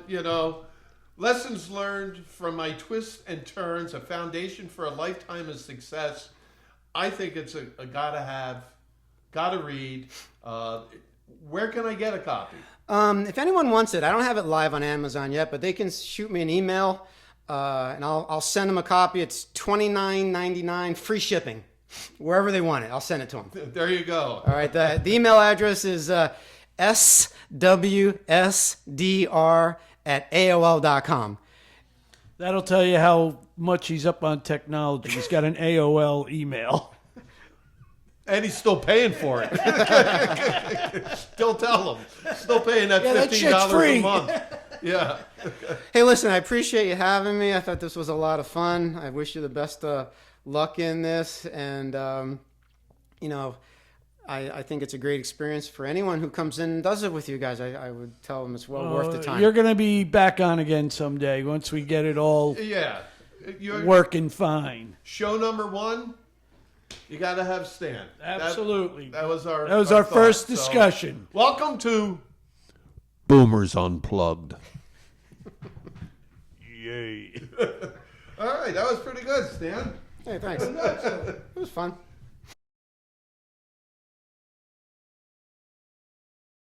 This is going to be our first edition of Boomers Unplugged. Yep. How do we come up with Boomers This? Unplugged? How do we end up with this? All right. I mean, we're baby boomers. Well, that we are. Are we on the tail end of baby boomer? No, we're kind Couple of years the behind younger. us. We're the younger. Right, we're on the tail end of it, aren't we? Well, it depends what end you're looking at. I'm looking at it as the young Last edition. of the baby boomers. Yeah, almost like Yeah, Gen the 80 Y. The 80-year-olds, and then we're on the tail end of it. So, but the idea was, like, are there any shows for boomers today? I can't think of any. Like our parents had TV shows, and our grandparents had TV shows, and we don't have any TV shows, any podcasts, really anything. Just Facebook. That's because everybody else left, and they said, let the boomers have Well, this. Facebook, I don't even bother with that crap. I can understand why. I always figure, if you But- tried hiding shit your whole life, why would you want to put it out there on Facebook? I don't know. That's how they catch half the criminals, right? The shit they put on Facebook. How stupid can you be? Well, people are pretty stupid at times. But let's get back to the show here. So, Boomers Unplugged, right? Like, Well, I thought we kind of hatched this idea at Ernie's. Ernie's are The beginnings of this conversation of we should videotape this, but back then there were no such things as podcasts anyway. No. But those were the days, going to Ernie's, playing basketball, all night. Tuesday, And then Thursday night, coming home at 2, getting up and commuting to New York City. 5:30 in the morning. Yep. That's all right. Yep. Yeah. They say that we're, boomers are the last, like, driven group of people. I tend to agree with that. I don't think I don't think that whole thing about generations being different, I don't believe that You at just all. mean people are different. People either are or they aren't. I think people are basically the same. I think young people are the same. They want to rebel. They want their own thing. The establishment sucks. That's true too. All right? Yep. And yeah, it was much more like that when I was younger. oh, absolutely. We were my at the tail end of the hippies, if you remember. Yeah, my mother and father thought I was going to grow up to be a loser. Maybe they're right. Well, I mean, when you think about it, music's different. Oh, right? God, yeah. Well, you got to agree. We grew up with probably the best music of all time. There might be some older people that would argue that, like they think the big band era, but there's not many of them left. We did have the best music. I agree. I mean, did you see the Super Bowl show? What did you think of the Super Bowl show? In my world, that's not talent. Just in my, obviously he wouldn't be as popular as he is. Multiple Grammy winner. I mean, somebody's buying his stuff. It's not going to be me. I didn't particularly care for the show. I don't know what it was. Was it a statement? I know what it was. What was it? You're a fucking Giant fan, and Barkley's playing, and No. oh no, you're a Jet fan. That's right. Mekhi Becton was playing. At least I've won in recent memory, not like the Jets. I mean, a Giant fan is going to be tough for another. It's going to be years. It's going to be years before the Giants are any good. The whole organization has to change. They said the same thing this time last year about the Commanders. I always thought the Commanders at the end of last year were going to be good. I mean, a decent team. I don't think they thought that kid Daniels was going to be this good. That kid he's like a Barkley. He's spectacular. Well, look, we grew up in a generation of one-hit wonders. So let's see it play out a little bit. But let's get back to the music. Growing up, what was your favorite band? Oh, at what age? Because I had several. My first favorite... Hold on a second. You can hear them cackling in the background. Keep it down to a dull roar, please. This is where the edits come in. You might want to leave that shit in. That might be pretty funny, actually. Well, you never know. Because it's real. And that's the idea, right? But let's get back to music a little bit. Yeah, All right, I asked you what's your favorite band growing up. When I say favorite band, what comes to mind? I mean... At different periods of my life, I had different favorite bands. Like the first band that I dug was Kiss. Probably 19... Well, it's also the first concert I went to, so that probably has something to do with that. You want to know my first concert? It was 3 bands. Rush was the opener. Great band. Montrose was second. Now, Montrose, people will have to dig deep to know Montrose. A lot of people don't know who Montrose is. Ronnie Montrose. Yep. Montrose, lead singer. That is correct. Sammy Hagar. Right? Yep. Great And number guitar 3, player. the closing act, Robin Trower. Bridge of Sighs. And you know what? Spectacular. I thought they all sucked when I first saw them. I knew none of their music. I knew none of it. And I'm like, I might be in one of the most legendary concerts of all time. And I'm like, And you're talking in the... I had a girl that I went with. 70s, it was right? my 2 buddies, me, and my girlfriend. This is in the 70s, right? Yeah, my girlfriend was anti-drinking. So you know what's going on in those concerts? Wait a second. We can't just gloss over the fact that you had a girlfriend that was anti-drinking. Oh, anti-drinking. What the hell are you doing with somebody who's anti-drinking? My kids might be listening to this show. So wait a second. What do they think, you're a saint and you never did anything? Let's put it this way. Nobody got on my case at that point because I wasn't drinking with them. It was understood. I was making a commitment, right? It's like a ham and egg breakfast, right? The chicken was involved, but the pig made the commitment. All right, I made the commitment. That's all. I like that analogy there. Well, yeah, hey, that's a good one. You gotta, So that was my first concert. My first album that I bought was a Rolling Stone album called "Got Live If You Want," and it was, back then they were doing a lot of, cover, and I think they might have had "Satisfaction" on that, and maybe Under My Thumb was the song. 60s? It was 60s, but I was in the 70s. Oh, when you got... I was at my grandmother's house. I went down to the record store, and all of them were like $4.98, $5.98. And this one, I wanted to get a Stones one. It was $2. And I'm like, yeah, this is it. I got my first album, Rolling Stones. How things change. So, but still, that's my favorite band of all time. And probably everybody else. Oh, yeah. Stones, yeah, big following. My favorite band of all... That's tough. I liked The Who a lot. Liked Zeppelin a lot. I like the Beatles, although I actually put the Beatles a little below those bands. Well, you're thinking of the big names and the names that everybody knows, but one of my favorite bands growing up was called The Sweet. The Sweet.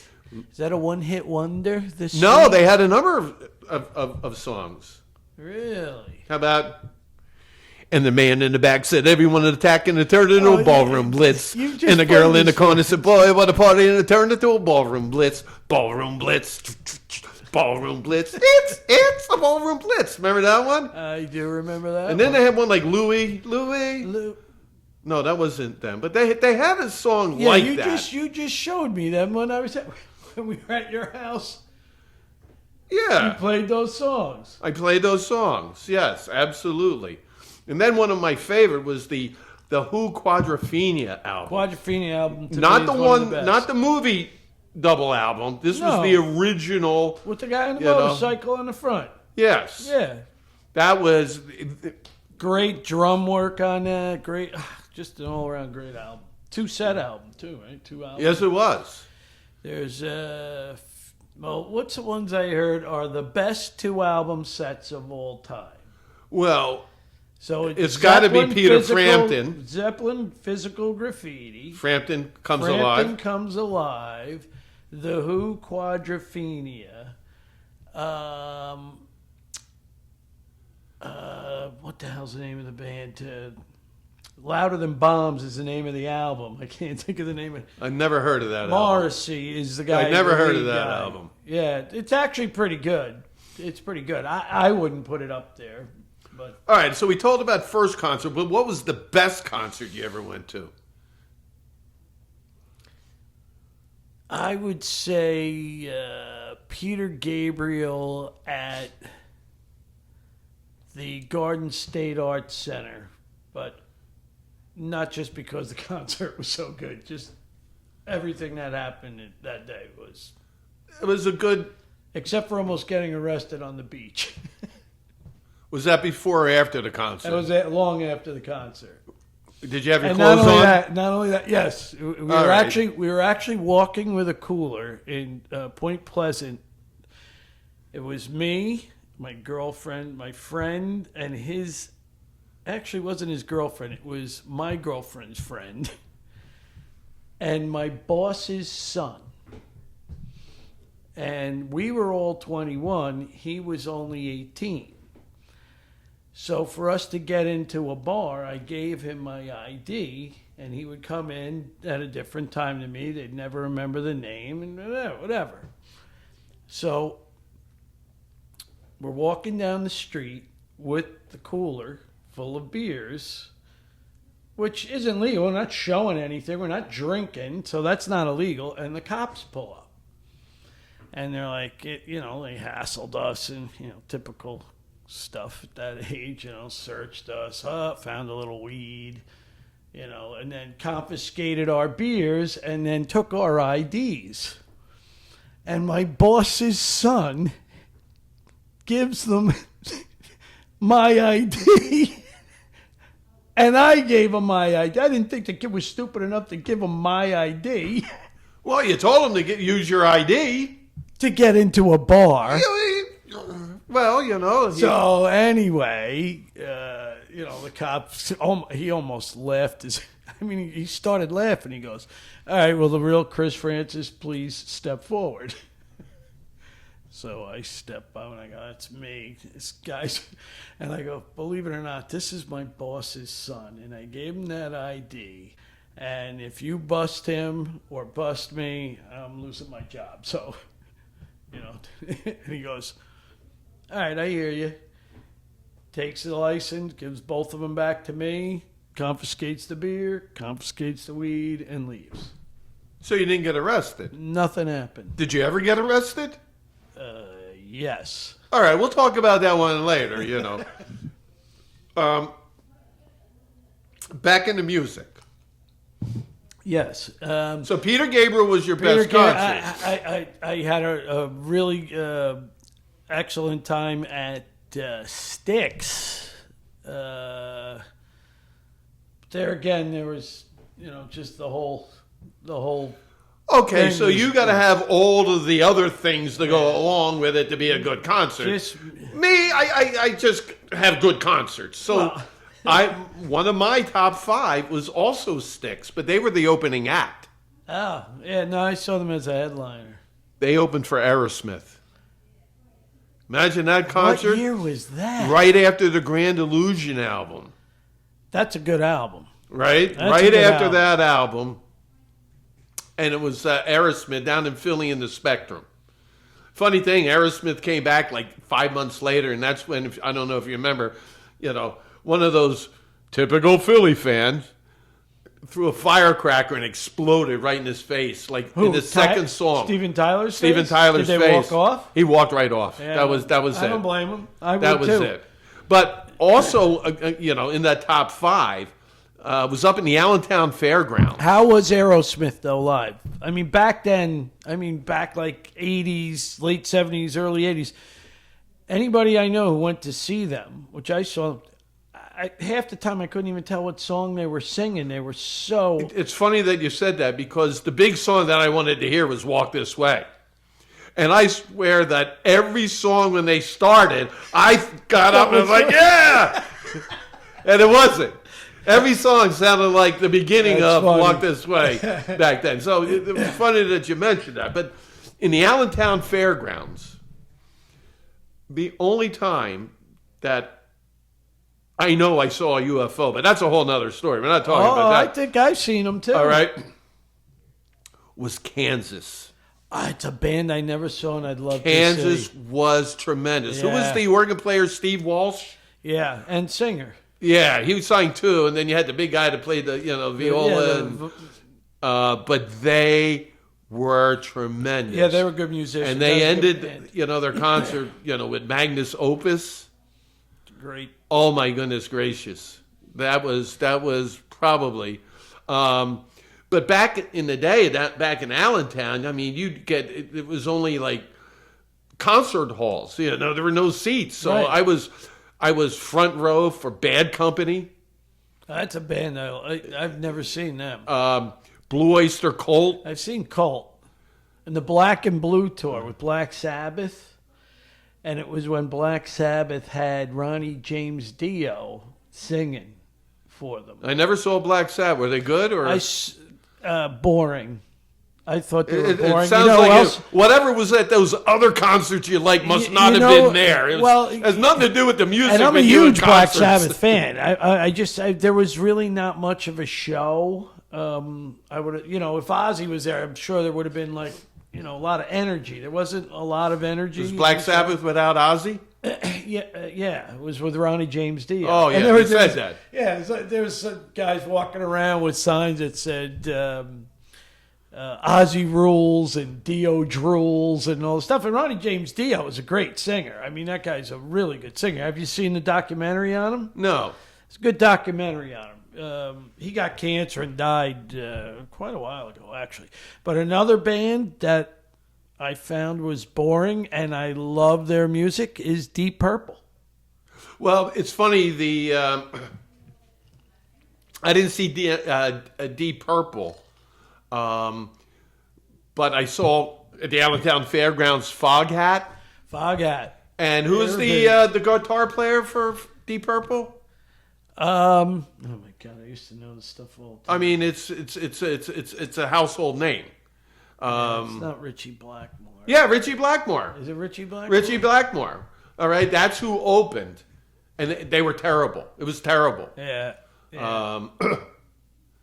And speaking of terrible, another guy that I saw that was terrible and walked off the stage after 3 songs because nobody booed him was Dickie Betts.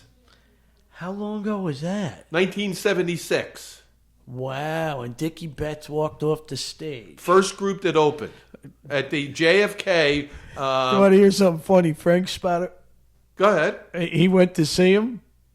It was Dickie Betts and who the hell was the other? He goes, it was the most horrible thing. And this was recent, like a couple of years ago. He said it was like a geriatric thing. They came out and they might as well come out with walkers. It was that bad. And I'm like, well, they might have needed the money. And then Dickie Betts ended up dying the next year. So, he was on his last leg. So in that concert, there were 4 bands. All right. So first I told you was Dickie Betts. The second one, before they came pop with a couple pop songs, and I can't name them because you'll know. All right. But they came out from Detroit, Michigan. And no, not Bob Seger. their big song before they got their pop songs was Detroit Breakdown. Detroit Breakdown, Motor City Shakedown. I don't think I even know that song. I might if I really heard it. All right. And now You're now probably they went, not doing it justice. I can't sing. But then they went da da da da da da da da da da da. Jay Giles. Jay Giles Band. Move a groove, Mama Tuba. The third group was not the headliner. What song you want to hear? Leonard Skinner. Lynyrd Skynyrd. Another great band. Tremendous. Another good band. Now, 1976, maybe 77, 77, yeah, 77. Who would you have close an outdoor concert with 100,000 people with that lineup in 1977? In 77? Who was it again? Lynyrd Skynyrd. Could have been, hold on, let me think about this. Dickie Betts. 1978. It could have been 78. So 78. Lynyrd Skynyrd, Dickie Betts, and... The summer 77, And who summer else? 78. I got to check. Dickie Betts, Lynyrd Skynyrd, Jay Giles. and Jay Giles. In 78, I would say Lynyrd Skynyrd. No, they were the second to last band. They weren't the closing headliner. They were not the headliner. Wah, wah, wah, wah, wah, wah, wah, wah, wah, wah. I wonder how you're feeling. It's Peter Frampton. Peter Frampton. Peter Frampton at, you know where Blue Claw Stadium is? In Lakewood, New Jersey. In Lakewood, New Jersey. No, I don't know. Ron, from around the corner, his band was playing there. And they had two stages, different stages set up. So Southside was there too, but Peter Frampton was the headliner. And in between, so you had Southside played on the main stage. And when Southside went off, they went to the other stage, and the band that played after him was Mini Kiss. Mini Kiss? Mini Kiss. It was literally, and I'm not freaking kidding you, a bunch of midgets dressed up like Kiss, fake playing and lip syncing to Kiss music. And then after they went off, on comes Peter Frampton. So that was the band that was in between Southside. It's like, I guess today they would call that a short clip. yes. Yes. I couldn't believe it. Wow. Second band in that lineup, Mini Kiss. Mini Kiss. Yep. I don't think they progressed too far from there. From That's the Blue Claw last Stadium time in I Lakewood. even heard of them. But it's pretty bad that then Peter Frampton ends up playing After Mini Kiss. After Mini Kiss. That's why I was like, I mean, what the when heck I saw is Peter this? Frampton, they followed Leonard Skinner. Right. All right. Yeah, usually it's like almost, a little bit of an upgrade, each one you go. But you go from Southside Johnny to Mini Kiss to Peter Frampton. Well, hey, you never know. Maybe Peter Frampton said, Southside's pretty good. I don't want to follow him. Let me put this band in between them and me, and they'll think I'm great. How about a band that you never saw that you would want to see? Like if Zeppelin. I said Zeppelin? Zeppelin. Yeah, I'd go along with that. Zeppelin, no doubt. I've seen their DVD or whatever the hell it is, Blu-ray or whatever.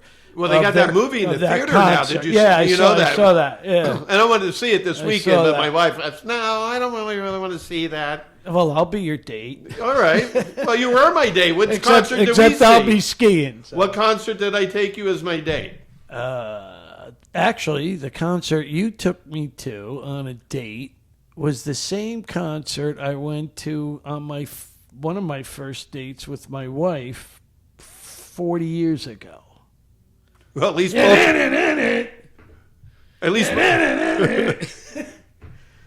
George Thorogood. Yeah. Well, at least both times you didn't get laid, so Actually, 40 years ago, maybe I did. The outcome of that might be different now. Who knows? Well, you have a tendency not to remember. As you get older, you don't remember things that are shorter than 5 seconds. This is true. So anyway, but the one last thing I wanted to mention, excuse me, as it relates to music, who I'd want to see would be Jethro Tull. Tull is another band I'd like. I was just watching a video of them the other day from 1969. I didn't even realize Tull was that old, but yeah, I know. Now looking back, yeah, it was like 75, 76 when I was into them, and they were already around for a while. And the way he dances around the stage in these videos, and the flute playing and the guitar play, I mean, he's an unbelievable talent. And it was a show. It was just like one continuous show. It wasn't like most concerts you hear a couple songs and then they slow it down. This was just almost like a Broadway show. Yeah. Just with music, though. Yeah, no doubt. Yeah, just the way he danced around. It's almost like, one of their albums, right? Or songs, Minstrel in the Gallery. That's what it's like. But yeah, that's a band that I wish I would have seen back when my friends were going to see them in the 70s and 80s. Skating away. Yay. Yeah, good songs. It's like a new day. We recently, one of the bands I wish I would have seen back in the day, when I say back in the day, I'm talking pre-Phil Collins singing, is Genesis, when Peter Gabriel was singing for Genesis. So we never just went to them. see Steve Hackett, who was the guitar player for Genesis years ago. Unbelievably. Oh, they're great musicians. I just didn't like Phil Collins' voice. That's why I said pre-Phil Collins. Oh. When Peter Gabriel sang for them. I mean, there's a couple of songs on Trick of the Tail that are pretty good. And then there were three, has a couple of good songs on it too, but I'm talking Lamb Lies Down, Wind and Weathering, all those, the real old shit. And Steve Hackett played a lot of it, so I probably paid more for the seats than I would have normally paid to see Steve Hackett, but unbelievably good. So what do people have to look forward to in upcoming podcasts? This is our first one. I think we got to do some, just current event stuff too, talk about health issues that our fellow middle to late aged people are experiencing or going to experience or to be careful of, right? I mean, one of them we talked about a little earlier is prostate issues for all you guys out there, right? It's happening. I know it is. So things like that. Hearts. Look, had Stan in here talking about hearts. Yeah, well, we heard about, from Stan and heart attacks, and then also, or maybe we'll hear from Stan. I don't know if we're going to put this in the beginning or the end. All right, but let's not be negative, though. I mean, that's why I hate talking to some people my age, because all they want to talk, I got this, I took this pill this morning. I got this. All right, I got none of that. Yes, you do. You're right. All right, but I don't have to deal with it. I don't have to wake up. But you got to stay in shape, and you got to work out. Move it or lose it. You stop moving, life stops. Period. Don't stop moving. Right? You got to keep moving. Don't stop moving. All right? And don't stop booming, baby. There you go. All right? So this is our first show of Baby Boomers. I think we did Baby Boomers. Don't stop booming. I like it. Boomers Unplugged. And don't stop booming. These things just come to me. I'm just like one of those guys. And I would have never guessed that. You know everything. And there you go. So this is the perfect show for you to tune into because I know everything. And if I say it, you can't prove them wrong. You can't. All right. So I'm Johnny Paycheck. This is my sidekick. I'll remain unnamed. Mr. Dooley. Dooley. Name a song with the word Dooley in it. Lay down your head, Tom Dooley. Dooley. As a Hang matter of fact, down you know your what's funny head about and that? cry. We used to hang around with a dude skiing up in Stratton. His name was Tom Dooley. People would never believe me. My nickname's Dooley, and his name's Tom Dooley. Okay. We'll find out in future episodes how he got the name Dooley, and it's not what you think. So, anyway, all right, folks, keep booming. Ciao, boys and girls. Ciao.